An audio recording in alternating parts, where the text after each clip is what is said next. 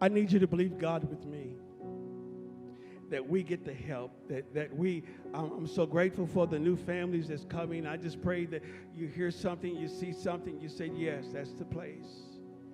We need some help. We need some help so I'm not drawn into things that I'm most effective at some things, and I don't need to be all things. I'm believing God for the help so that we can get some work done, that I can do what I do.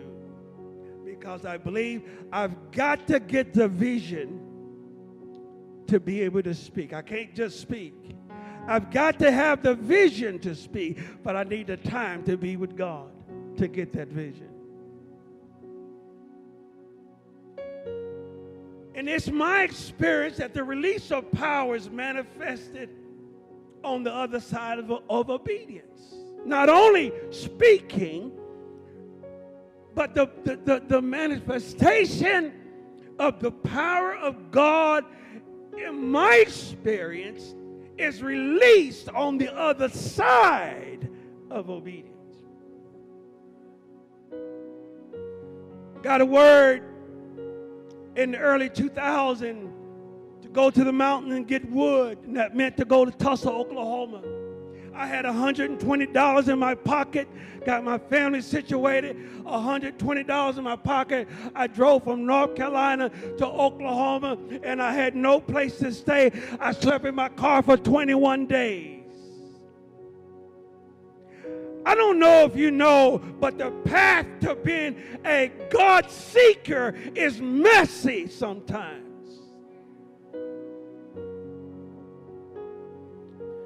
I'm sleeping in my car. On the 21st night, I uttered faith in God. I said, God, I have it better right here in this parking lot than I had it in Desert Storm.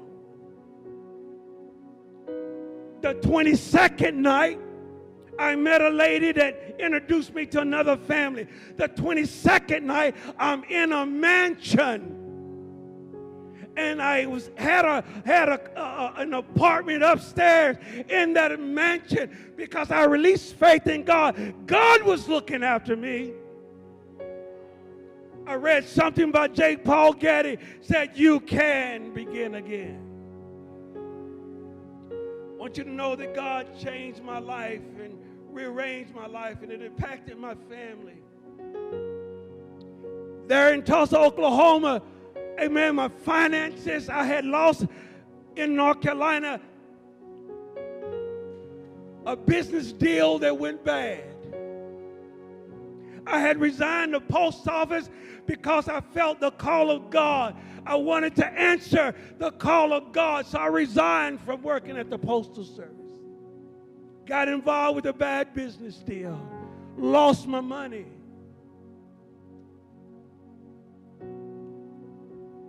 And as I had a 5-mile track that I would walk and pray in the Spirit, I saw the heavens open.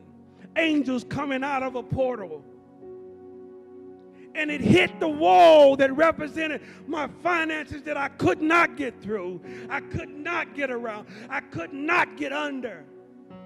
The angels hit that wall and it turned into a gate, and I walked through. In less than 24 hours, I got a message from the Postal Service. Again, when I should not have been able to go back. I had 24 hours.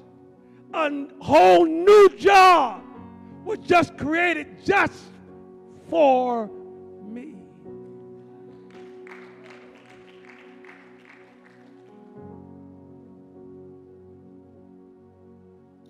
Got a free scholarship to go to Oral Roberts University. So walking with God is not a sterile test tube kind of situation. Your life is involved with walking with God. Your obedience matters walking with God. You can look at Peter's story. Peter lent Jesus his boat. Jesus said, now launch out a little further. Cast the net on this side.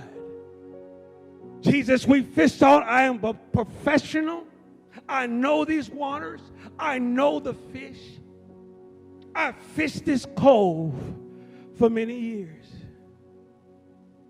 There's nothing here. Nevertheless, at thy word, they let down the net. Peter had to fall on his face. Say, Lord, depart from me. I'm a sinful man. It's on the other side of obedience. God's good and he blesses you on this side before you obey. But he never discloses what he could do until you obey him on that side. That's when it opens.